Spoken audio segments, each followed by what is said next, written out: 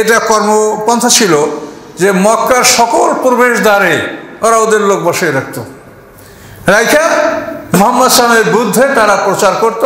এই মানুষগুলি যেন মুহাম্মদ সাল্লামের সাথে দেখা না করে, তার যেন কথা না শোনে।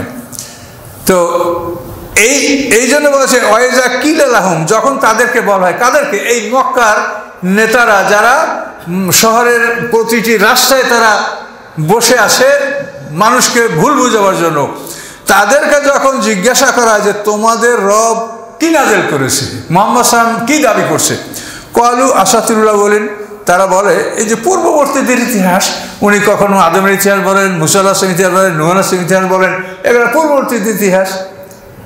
উনি জাদুকর, উনি কাহেন, উনি গণক, বিভিন্ন রকম বলে। তখন ওই দলপতিরা যারা বাইরে থেকে আসে তারা বলে আল্লাহর কসম, আমি ওই লোকটা সম্পর্কে না জেনে আমি জাতির কাছে যাব না। আমি জাতির কাছে যাব, আমাকে জিজ্ঞাসা করবে, আমি তো কি জবাব দেবো? যে ওরা যাই বলুক, আমি ওই লোকটা সম্বন্ধে না জেনে আমি দেশে যাব না। তাহলে এখন ওরা যেটা উল্টা প্রচার করলো সেটা বুমেরাং হলো কিনা, সেটার কারণেই ওই নেতারা আগ্রহ প্রকাশ করলো, যেমন একটা লোকের কথাটা কি বলছে এটা না জেনে আমি জাতির কাছে ফিরবো না। দেখেন আল্লাহ তাআলা প্রত্যেকটা মানুষ ধরাই, মানে সমস্ত মানুষের মস্তিষ্ক আল্লাহ মুঠের মধ্যে। তোমরা যা দিয়ে ক্ষতি করতে চাও তা দিয়ে হয়তো ইসলামের উপকার হতে পারে, হয়েছেও তো তাই। এই যে মদিনায় ইসলামটা প্রচার হয়েছে কাদের মাধ্যমে? এখানে তো আল্লাহ রাসূল যান নাই কোনোদিন মদিনায়, ইহুদি আলেমরা বলছে। সেইটা শুনে ওই মুশরিকরা নবী সম্পর্কে পরিচয় পেয়েছে। এরা এসে যখন আকাবা নামী সুড়ঙ্গ পথে রাসূলের সাথে দেখা করেছেন, তখন ইহুদি আলেমদের বিবরণ এবং আল্লাহ রসুলের আমল এবং তার চরিত্র, তার নামধাম এগুলি সব মিলে গেছে। তখন তারা ইসলাম গ্রহণ করেছেন। এবং এইভাবেই মদিনায় আল্লাহ রসুল হিজরত করার আগেই তো সেখানে সব লোকগুলো মুসলমান হয়ে গেল। অথচ যেখানে আল্লাহ রসুল জন্মগ্রহণ করলেন এবং যেখানে 40 বছর বসবাস করলেন, তারপরে আরও 13 বছর 53 বছর পর্যন্ত মক্কায় বসবাস করে মক্কার লোকদেরকে তিনি ইসলামের মধ্যে দীক্ষিত করতে পারলেন সামান্য কিছু, মানে ব্যাপক হারে মক্কার লোকেরা ইসলাম গ্রহণ করে নাই। অথচ মদিনায় দেখেন আওস এবং খাজরাজ যে দুইটা প্রধান গোত্র, তারা সবাই ইসলাম গ্রহণ করলো। সেখানে দাওয়াতটা দিল কে? ইহুদি আলেমরা।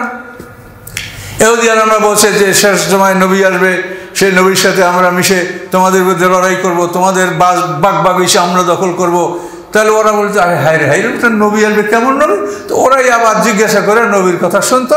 তখন ওদের তাওরাত ইনজিলে যে কথাগুলি ছিল নবীর প্রশংসা, এগুলি সব ওরা এই মুশরিকদেরকে বলতো। এভাবে মুশরিকরা হজের মৌসুমে আইসা আকাবা নামী জায়গায় যখন আল্লাহ রসুলের সাথে দেখা করলো এবং ইহুদিদের বর্ণনা অনুযায়ী যখন রাসূলের মানে চরিত্র এবং তার গুণাবলী যখন মিলে গেল, তখন ওরা কলমা পড়ে মুসলমান হয়ে গেল এবং আল্লাহ রসুলের কাছ থেকে একজন মুআল্লিম ওরা চাইয়ে নিল। একজন মুআল্লিম চেয়ে নিল। আল্লাহ রসুল মুসাব বিন উমার রাদিয়াল্লাহু তাআলা আনহুকে তাদের সাথে পাঠিয়ে দিলেন এবং তার দাওয়াতে তিনি মদিনায় হিজরত করে আসাদ ইবনে জুরারা একজন নেতা, মদিনার আনসার নেতা, তার বাড়িতে অবস্থান করে তিনি সবাইকে দাওয়াত দিলেন। ফলে মদিনার ঘরে ঘরে আল্লাহর দ্বীন প্রচার হয়ে গেল আল্লাহ রসুলের অনুপস্থিতিতে। কথা বুঝতে পারছেন? তাহলে আলেমদের প্রচারেই ওরা মুসলমান হলো, কিন্তু সেই আলেমদের মধ্যে থেকে খুব সামান্য লোক ইসলাম গ্রহণ করতে পারছে, অধিকাংশ তারা ইসলাম গ্রহণ করে নাই। এখনো আমরা যারা আলেম, আমাদের অশ্বিনে আপনারা অনেকেই হয়তো হেদায়েত পাবেন, কিন্তু আল্লাহ না করুক দুর্ভাগ্য আমাদের ওই রকম হতে পারে। তার কারণ আমরা যারা সমাজের বিভিন্ন সুযোগ সুবিধা গ্রহণ করি, এটা যদি সঠিকভাবে ইসলাম প্রচার করা হয় তা আমাদের অনেক সুযোগ সুবিধা এতে বন্ধ হবে নিশ্চিতভাবে, তাতে কোনো সন্দেহ নাই। কাজে এই জন্য যখন আমরা সঠিক ইসলাম যখন দুনিয়াতে আসবে, ইমাম মাহদী আসবে, ঈসা ইসলাম আসবে, তখন আমাদের আলেমরাই যেরকম ইহুদিরা তাদের সামান্য স্বার্থের জন্য মুহাম্মদ সাল্লাল্লাহু আলাইহি ওয়াসাল্লাম বিরোধিতা করেছে, তখন আমাদের আলেমরাও এরকম করতে পারে। এটা অসম্ভব কিছু না। এই জন্য আপনাদের মানে আপন আপন ব্যবস্থা, যেটাকে ওই পশতু ভাষায় বলে আকপাল বন্দোবস্ত, মানে নিজের জন্য যা দরকার নিজে সংগ্রহ করেন, আহরণ করে নেন। কোরআন থেকে আপনি জ্ঞান অর্জন করেন, আপনি নিজেই নিজের জন্য যথেষ্ট হন, এটা যেন অপরের উপরে আপনার নির্ভরশীল না হন। এই জন্য আল্লাহ রসুলও বলেছেন যে তোমাদের সকলের উপরই জ্ঞান অর্জন করা ফরজ। আপনার যদি জ্ঞান থাকে তা আপনি বুঝতে পারবেন দাজ্জাল কিভাবে সমাজকে বিভ্রান্ত করবে। বাপরে বাপ, ওর অধীনে কতগুলি শয়তান থাকবে। তো শয়তানরা তো বিভিন্ন আকৃতি ধারণ করতে পারে। এই আমি যদি তোমার বাবা মরা বাবাকে জীবিত করে দিতে পারি, তুমি আমাকে রব বলে স্বীকার করবে না? বলে এত বড় কাজ করতে পারলে তাকে কে না স্বীকার করে? তো চলো তোমার বাবার কবরে যাবে, এখানে আমার বাবা। ও বলে কুম্বিজনি, আমার হুকুমে দাঁড়াও। তখন ওর বাবার সুরাত ধরে একটা শয়তান দাঁড়াবে, আর ও মনে করবে যে আমার বাবাকে সে জীবিত করেছে, তাহলে ও তখন ওই দাজ্জালের কাছে আত্মসমর্পণ করবে। তো জ্ঞানের অভাবেই কিন্তু মানুষ এই ধরনের সমস্যায় পড়বে। আর যদি আপনার জ্ঞান থাকে তা আপনি জানতে পারবেন যে শয়তান এরা বিভিন্ন আকৃতি ধারণ করতে পারে। কাজে এই জন্য বিভিন্ন আকৃতি ধারণ করে তারা মানুষকে বিভ্রান্ত করে, এখনো করছে। অমুক হাজী সাহেব সে উলঙ্গ থাকে কিন্তু কামের লোক ছিল, উলঙ্গ অথচ কামেল, কিরকম হলো এটা? আমি এই দরগায় তাফসির করতে গেছি, তখন এই অবস্থা, বিশাল দরগা, কি হাজী সাহেব খুব কামেল লোক ছিল। কিরকম নামাজ করতো? না, উলঙ্গ থাকতো, সে কামেল। কিরকম কামেল? যে হজের আগের দিন সে ঘরের মধ্যে ঢুকে দরজা বন্ধ করতো এবং পরের দিন আবার তাকে ওখান থেকে বের হতে দেখা যাইতো। দেশি হাজী সাহেবরা সাক্ষী দিত, কেউ বলতো যে হাজী সাহেবকে আমি আরাফাতে দেখছি, কেউ বলে মুজদালিফায় দেখছি, কেউ বলে মিনায় দেখেছি। তো হাজী সাহেবরা কি মিথ্যা বলে? হাজী সাহেব মিথ্যা বলে না, হাজী সাহেব সত্যই বলেছে। কিন্তু ওই হাজী সাহেবের সুরাত ধরিয়া শয়তানরা ওদের দেশি হাজী সাহেবদের সামনে ঘোরাঘুরি করছে।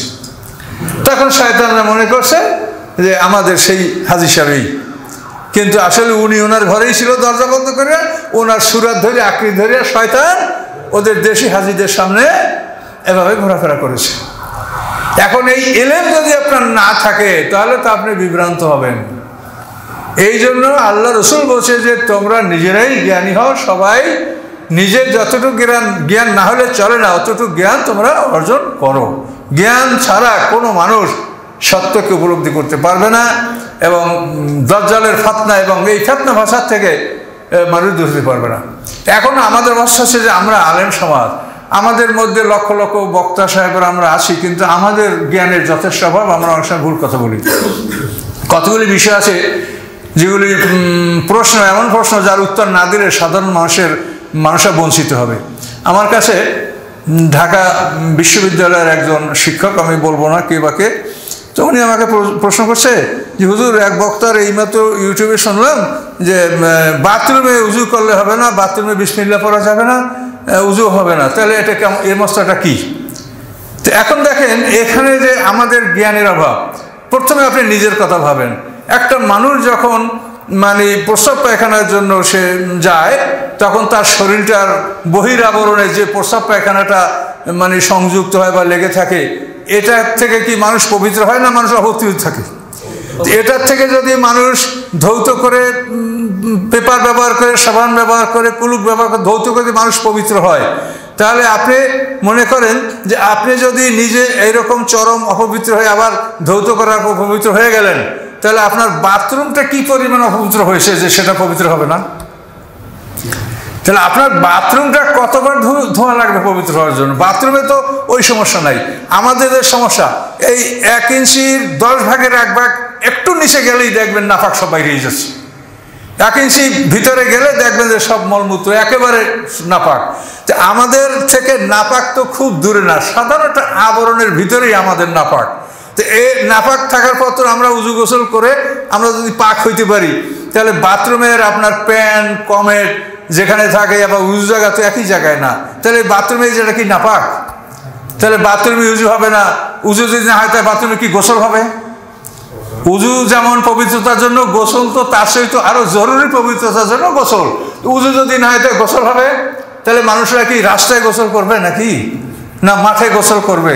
এই মৌলিক আল্লাহ তাআলা কি জ্ঞান দিছে আর ওয়াজ করে? কাজে এই জন্য বুঝতে হবে, বুঝে শুনে কথা বলতে হবে। আব্দুল ইবনে মাসউদ বলেন যে তুমি যদি জানো তাহলে বলো, আর যদি না জানো বলিও না। না জানলে তুমি বলো আল্লাহ ভালো জানেন, আল্লাহ এবং তার রাসূল ভালো, এটা বলো। তুমি না জানলে তুমি বলতে যেও না। কাজে এই জন্য কথাগুলি এগুলি আপনাকে বুঝে নিতে হবে যে একটা মানুষের, আমরা যেভাবে এখন পবিত্র মসজিদে আসি, আমরা অপবিত্র থেকে কতখানি দূরে। আমরা তো অপবিত্র মানে একেবারেই কাছে আমরা অপবিত্র। আমাদের এই মানে 1/4 ইঞ্চি বা 10 ভাগ আপনি ভিতরে গেলেই এত সব নাপাক। তাহলে বাথরুমটা কিভাবে আপনি নাপাক সেটা ঘোষণা করেন? বর্তমান বিশ্বের বাথরুমগুলো সবই পবিত্র, এগুলোর মধ্যে কোনো রকম নাপাকের কিছু থাকে না। কিন্তু এই ধরনের কথাবার্তা মানুষ বললে সমাজের মানুষ বিভ্রান্ত হয়। কাজে এই জন্য কথা জেনে শুনে বলতে হবে এবং আপনাদেরও ভালো মানুষের কথা শুনতে হবে। আল্লাহ বলেন তাদের কারা ওই যে মক্কার রাস্তায় যারা ওত পেতে বসে থাকে বিদেশিদেরকে বোঝাবার জন্য, তাদেরকে যখন জিজ্ঞাসা করা হয় যে তোমাদের রব কি নাজিল করেছে, ওরা বলে পূর্ববর্তীদের ইতিহাস। আচ্ছা, আল্লাহ বলেন লিয়াহমিলু আওজারুম কামিলাতে ইয়াউমাল কিয়ামা, ওরা এই জন্য পরকালে ওরা পাপের বোঝাটা পুরোপুরি বহন করবে। অমেন আওজারিল্লাযিনা ইউদিল্লুম বিগাইরি ইলম, এবং ওদের পাপের বোঝাটা ওরা পুরোপুরি বহন করবে যাদেরকে তারা বিপদগামী করলো। মানে ওরা নিজেরা তো ইসলাম গ্রহণ করলো না, আর বাইরের থেকে যারা আসে তাদেরকে ওরা বিভ্রান্ত করলো, সত্য বললো না মিথ্যা বললো, তাই না? এই জন্য আল্লাহ ওরা নিজেদের পাপের বোঝাটাও নিজেরা বহন করবে, আর যাদেরকে বিপদগামী করলো তাদের বোঝাটাও ওরা গ্রহণ করবে। তো ওদের হবে দ্বিগুণ শাস্তি আর এদের হবে এক গুণ। এদের বোঝা বহন করা মানে এই না যে এরা পাপ মুক্ত হয়ে যাবে, মানে এদের শাস্তির সমপরিমাণ ওরা বহন করবে। তো ওদের হবে দ্বিগুণ আর এদের হবে এক গুণ। আল্লাহ বলেন আলা সা মা ইয়াজিরুন, তোমরা সতর্ক হও, অতি খারাপ জিনিস তারা বহন করলো, অতি নিকৃষ্ট শাস্তি এজন্য তাদেরকে হবে। কাজেই যদি কেউ একটা মানুষকে বিপদগামী করে, তো ওই লোকরা বিপদগামী হওয়ার পরে যতগুলো অপরাধ করবে সেই অপরাধের সমপরিমাণ পাপ যে ব্যক্তি তাকে বিপদগামী করলো এটা সে তার আমলনামায় জমা হবে। মাইয়াশফা শাফাতান হাসানাতান ইয়াকুল্লাহু নাসিবুম মিনহা ওয়া মাইয়াশফা শাফাতান সাইয়্যাতান ইয়াকুল্লাহু কিফলুম মিনহা। ভালো কাজে যে উদ্বুদ্ধ করবে, সেই ভালো কাজটা যে করবে সে যেমন নেকামল পাবে, যে তাকে এই পথ দেখালো সেও সমপরিমাণ নেকামল পাবে। আর যে খারাপ কাজে উদ্বুদ্ধ করলো, ওই খারাপ কাজের জন্য ওই লোকটা যে খারাপ করবে, যে তাকে বিপদগামী করলো সেও তার সমপরিমাণ পাপ এটা সে বহন করবে। মানে সৎকায় জারিয়া দুই দিকেই, নেকামলের যেরকম সৎকায় জারিয়া, বদামলের সেই রকম সৎকায় জারিয়া। সিনেমা হল স্থাপন করিয়া মারা গেছে যারা, অশ্লীল নোবেল নাটক, অশ্লীল গ্রন্থ আদি এ সমস্ত বই পুস্তক যারা পৃথিবীতে রেখে বিদায় হয়েছে, এগুলি পড়ে যাদের চরিত্র নষ্ট হবে, হ্যাঁ, এইগুলির পাপ ওই লেখক, ওই প্রবর্তক, ওই গ্রন্থকার তার আমলনামায় আল্লাহ তাআলা লিখবেন। কাজে এই জন্য এইসব ব্যাপারে আল্লাহ তাআলা আমাদেরকে সতর্ক করছেন, আমরা যেন সতর্ক হতে পারি। আল্লাহ রাব্বুল আলামিন বলেন কদ মাকারাল্লাযিনা মিন ক্বাবলিহিম, এই মক্কাবাসীরা যেভাবে ষড়যন্ত্র করছে, আল্লাহ বলেন ইতিপূর্বে যে দলগুলি ছিল তারা এরকম ষড়যন্ত্র করেছে।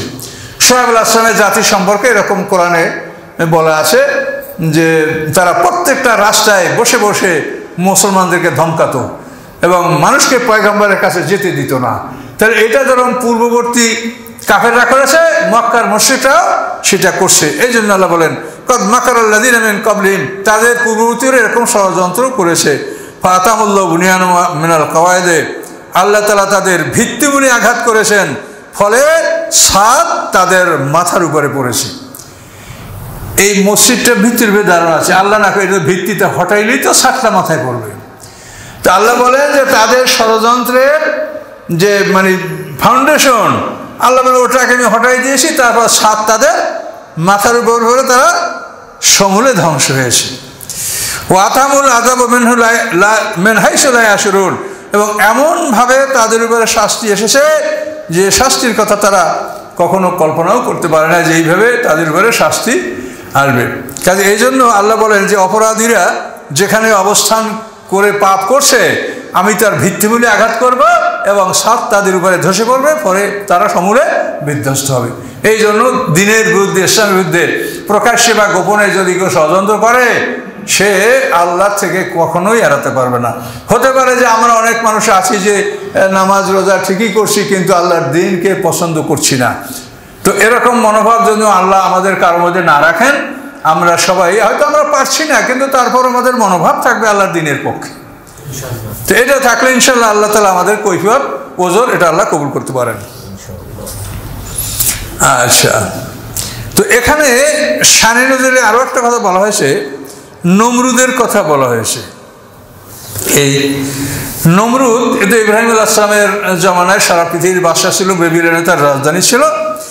এই নমরুদ আল্লাহকে হত্যা করার জন্য একটা বিশাল টাওয়ার, বিশাল অট্টালিকা নির্মাণ করেছিল। করার পরে এই অট্টালিকাটাই আল্লাহ তাআলা এভাবেই ধ্বংস করেছেন, মানে এমনভাবে তিন খণ্ড হয়ে পৃথিবীতে পড়েছে। এবং এই অট্টালিকাটা একটা বিকট শব্দ করে এটা পৃথিবীতে ধসে পড়েছে। ধসে পড়ার পরে যারা পৃথিবীতে মানুষ ছিল সবাই তারা নিজের মাতৃভাষা ভুলে গেছে।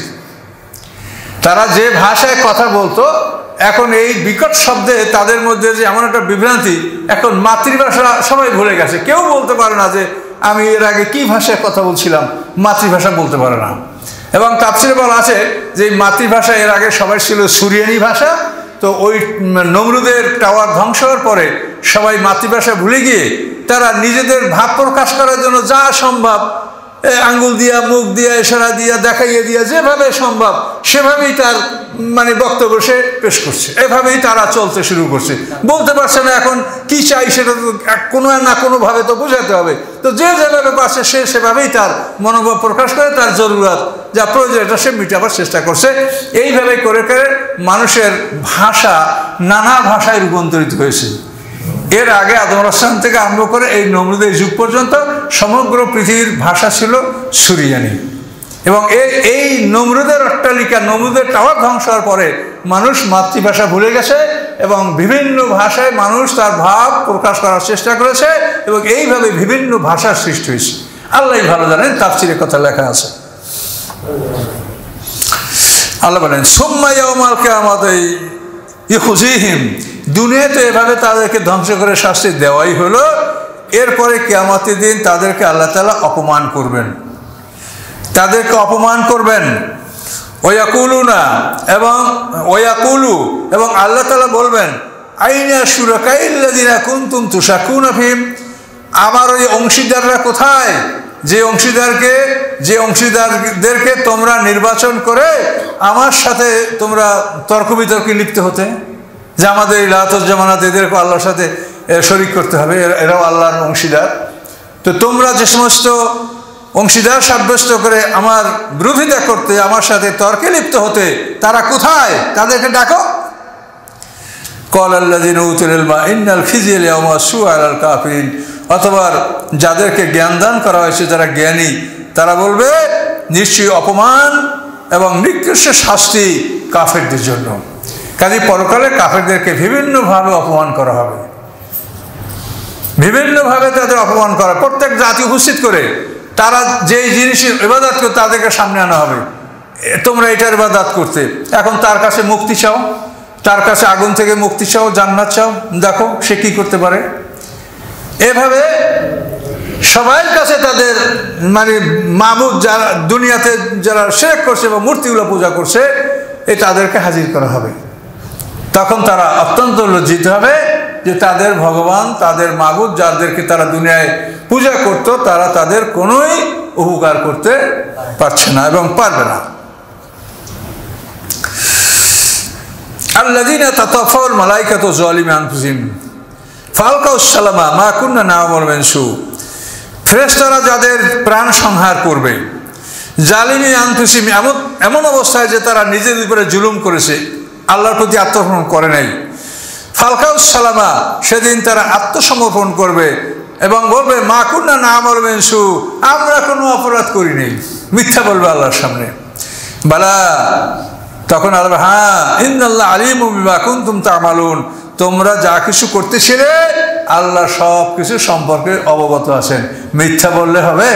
তোমার দৈনন্দিন আমল রেখা আছে, রেকর্ড করা আছে, কিরামান কাতিবিন এগুলো দৈনন্দিন রেকর্ড করেছে, তোমার বুকে লটকানো আমলনামা এটা লিখেছে, তারপরে আবার আমলনামার কপি ইল্লিল সিজিনের সাথে সাথে আল্লাহকে দেখায় প্রতিদিন জমা করা হয়েছে। কাজেই তুমি কি মনে করেছো যে তুমি বলো যে আমি কিছু করি না, এতে হয়ে গেল? তোমার সব কিছু রেকর্ড আমার কাছে আছে এবং আল্লাহ তাআলা তোমাদের সমস্ত আমল সম্পর্কে অবগত আছেন। অথবা কি হবে? ফাদখুলু আবওয়াবা জাহান্নাম, কাজী জাহান্নামের দরজাগুলির থেকে তোমরা প্রবেশ করো।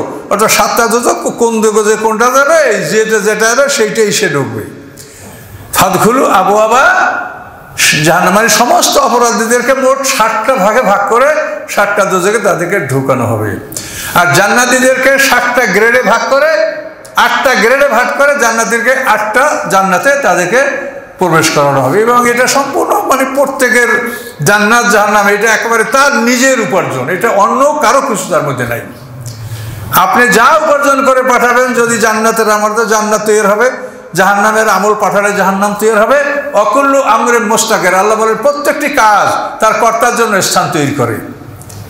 কথা বলতে পারছেন? এই জন্য যে কথাগুলি আলেমরা মনে থাকে যে এই আমল করলে তার জন্য জান্নাতে 8টা দরজা খুলে দেওয়া হবে, যে কোনো দরজা দিয়ে সে ইচ্ছা করে বেহেশতে প্রবেশ করবে, শুনলে খুব ভালো লাগে, কিন্তু কথাটা মিথ্যা। তার কারণ কোন মানুষ কোন জান্নাতে যাবে এটা তার নামে নেম প্লেট করা পারে, সে সেখানেই যাবে এবং সেখানে তার জন্য তার যে প্রাপ্য সেটা সেখানেই তার জন্য প্রস্তুত রাখা হয়েছে।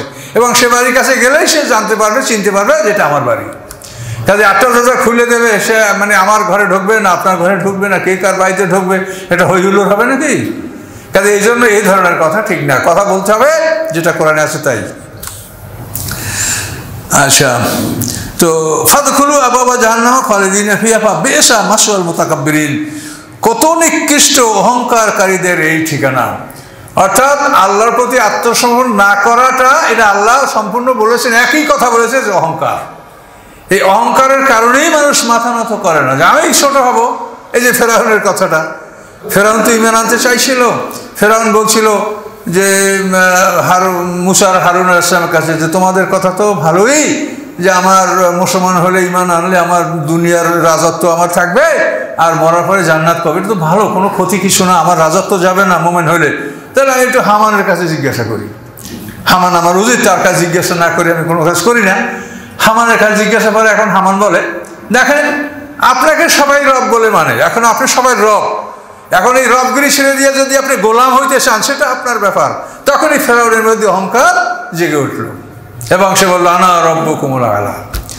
তাহলে ঈমান না না এটা কিন্তু একটা অহংকারেরই ব্যাপার।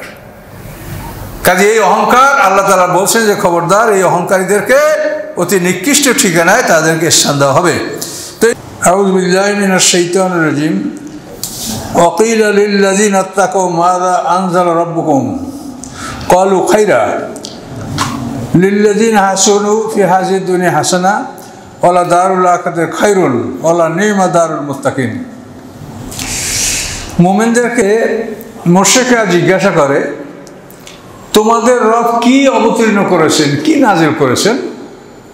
তখন মুমিনরা বলে খায়রা, উত্তম এবং কল্যাণকর জিনিস আল্লাহ তাআলা অবতীর্ণ করেছেন। এবং তারা আরো বলেন এই পৃথিবীতে যারা কল্যাণকর কাজ করে তাদের জন্য এই দুনিয়াতেই কল্যাণ নির্ধারিত রয়েছে।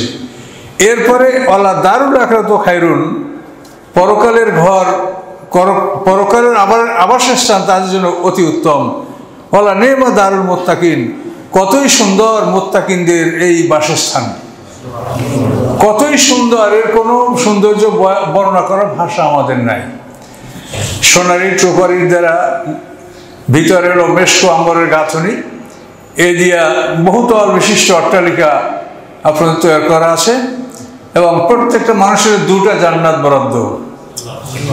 2টা জান্নাত 2টো কাজের জন্য, অর্থাৎ আমল হলো 2 ভাগ, এক হলো করা আর একটা হলো না করা। আল্লাহ করতে বলছেন আবার না করতে বলেছেন, নিষেধ করেছেন। এখন এই যেগুলো করতে বলেছেন এগুলো করার জন্য আপনি একটা জান্নাত পাবেন এবং যেগুলো নিষেধ করা হয়েছে সেটা পালন করার জন্য আপনি আরেকটা জান্নাত পাবেন। ওয়ালিমান খাফা মাকাম রাব্বি জান্নাতান, রবের সামনে দাঁড়াতে হবে এই কথাকে যারা পৃথিবীতে ভয় করেছে তাদের জন্য 2টো জান্নাত, এটা আল্লাহ কোরআনে ঘোষণা করে দিয়েছেন। তো উভয় জান্নাতে আপনার জন্য সব ব্যবস্থাপনা, আপনার স্ত্রী, সেবক, খাদ্য খাদক, ফল মূল যা কিছু প্রয়োজন সবই সেখানে মজুদ আছে এবং আপনার কর্মফল সেটা আপনি ওখানে অবশ্যই পাবেন। কর্মফল ছাড়া আল্লাহর পক্ষ থেকে দৈনিক 3 বার ফেরেশতারা আল্লাহর পক্ষ থেকে অতিরিক্ত নিয়ামত নিয়ে আপনার বাড়িতে প্রবেশ করবে আপনার অনুমতি সাপেক্ষে।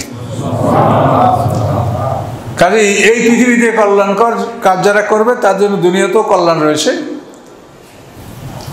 দুনিয়াতে মুমিনদের যে কষ্ট হয় এটার মধ্যে একটা কল্যাণ নিহিত আছে, এটার মধ্যে অত্যন্ত কল্যাণ। সাহাবায়ে কেরামরা যখন জিহাদের উদ্দেশ্যে রওনা করতেন তারা এতই আনন্দিত হতেন মনে হয় যেন বিয়ে করতে যাচ্ছে। তার কারণ তারা এগুলো নিশ্চিতভাবে আল্লাহর কোরআনকে বিশ্বাস করতেন এবং ভাবতেন যদি আমি এই যুদ্ধে শাহাদাত বরণ করি যে আমি জান্নাতে প্রবেশ করবো এক্ষুনি এবং আমি অনন্তকালের সুখ আমি এখান থেকে ভোগ করা আমার শুরু হয়ে যাবে। এই জন্য জেহাদে যাওয়াটা আমাদের কাছে শুনলেও আমরা আটকে উঠি, কিন্তু তাদের কাছে এতই আনন্দের বস্তু ছিল, মনে হচ্ছে যেন আমি বিয়ে করতে যাচ্ছি, এত খুশি তারা এই জেহাদে। তো এই জন্য আল্লাহ বলেন যে কল্যাণকর কাজ যারা দুনিয়াতে করে তাদের জন্য দুনিয়াতেও কল্যাণ নিহিত রয়েছে এবং পরকালের ঘর অতি উত্তম।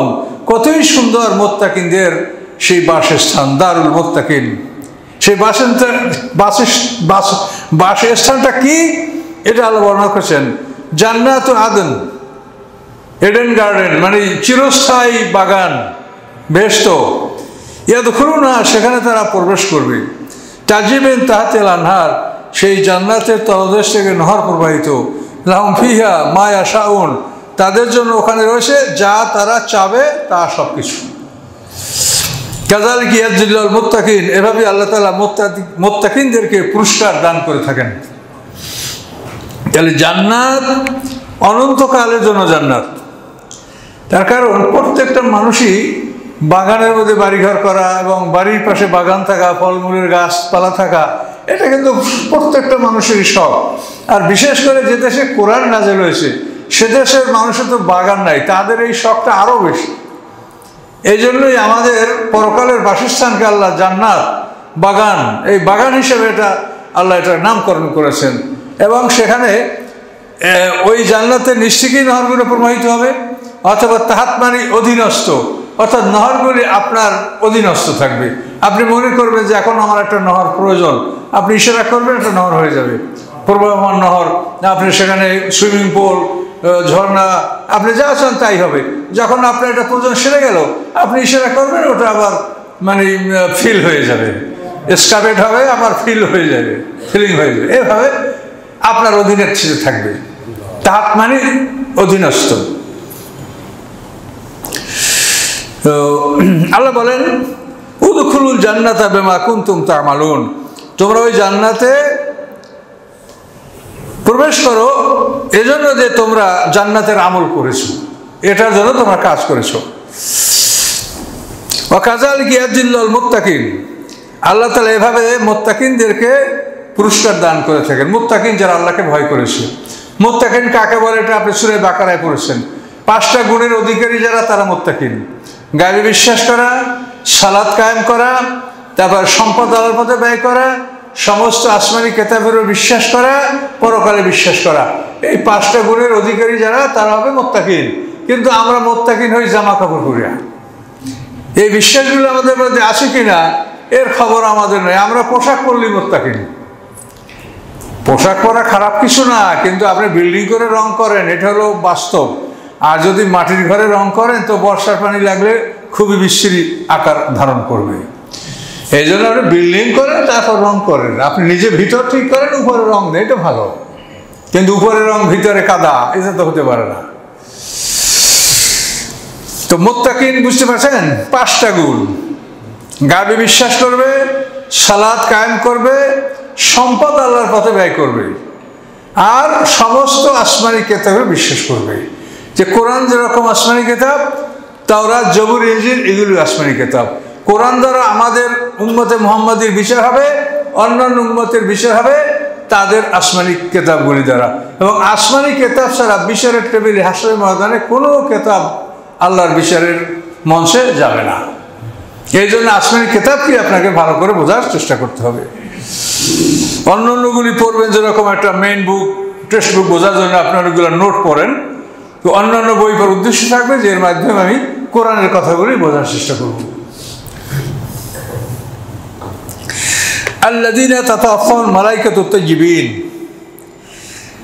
যাদের প্রাণ সংহার করেছেন ফেরেশতারা, অথচ তারা ছিল পবিত্র। পবিত্র মানুষের জান কবজ যখন ফেরেশতারা করে, ইয়াকুলুনা সালামুন আলাইকুম, তখন ওই ফেরেশতা তাদেরকে সালাম দেয়, ইয়াকুলুনা সালামুন আলাইকুম। তো পবিত্র মানুষের জান কবজ করার জন্য যখন নেক ফেরেশতারা আসে, আজরাইল গ্রুপের জুনিয়র বা সহকারী ফেরেশতারা আইসা তাকে জান্নাতের বর্তন, জান্নাতের ছবি এটা দেখায় যে তোমার ঠিকানা এই জান্নাত, হে নফসে মুতমাইন্না, হে শান্তির আত্মা বেরিয়ে আসো, তখন এই প্রাণটা দৌড় দিয়ে মুখের কাছে চলে আসে। কিন্তু আজরাইল বন্ধন না করা পর্যন্ত বের হতে পারে না, কিন্তু মুখের কাছে এসে অবস্থান করে। এরপরে আজরাইল আসে, বন্ধন খুলে প্রাণটাকে বের করে ওই যারা হেল্পার আগে যারা আসছিল আজরাইল গ্রুপের জুনিয়র ফেরেশতা, ওদের বর্তনে এই আত্মা তুলে দেয় এবং এরা এই আত্মাকে প্রাণকে নিয়ে ইল্লিন, সপ্ত আকাশের ইল্লিনে সেখানে নিয়ে তারা এই আত্মাকে জমা দেয়।